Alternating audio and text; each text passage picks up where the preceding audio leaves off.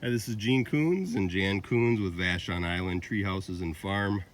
Just doing a quick tour of the garden where we are. This is July 4th, 2019. This is our pumpkin patch.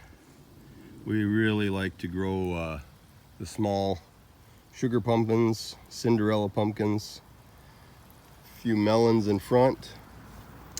On this side, we've got carrots. They're about a ½ inch in diameter right now. Here we have a small patch of beans, and I think these are zucchini. Here we have kohlrabi, cabbage. There's Jan and Moki. Those are delicata. Delicada squash, sorry, my bad. And up here we have, are these cantaloupe? No, they're watermelon. Watermelon.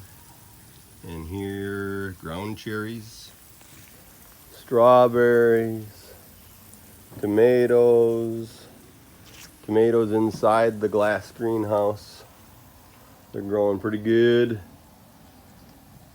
Reaching for the sky. We got peppers here in the front, giving the extra heat that they need. And out here,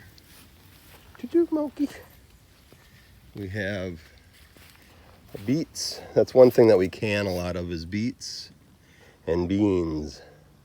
Beans are just starting. You can see the blossoms going. These are shelling beans. Baby beans right there. These are shellings? Those are? Okay. And more beets. So we got beets, beans, beets, beans. And these are wax beans, as I remember. And then along the front of our other greenhouse, we have onions and our volunteer dill. We let a few dill every year just go to seed, and then they sprout on their own. And then on the back posts, we have tomatoes.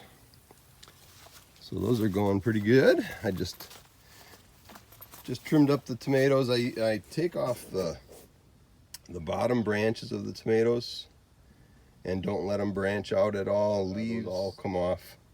So there's nothing near the ground of tomatoes. Get the fungus as much. It works out really good.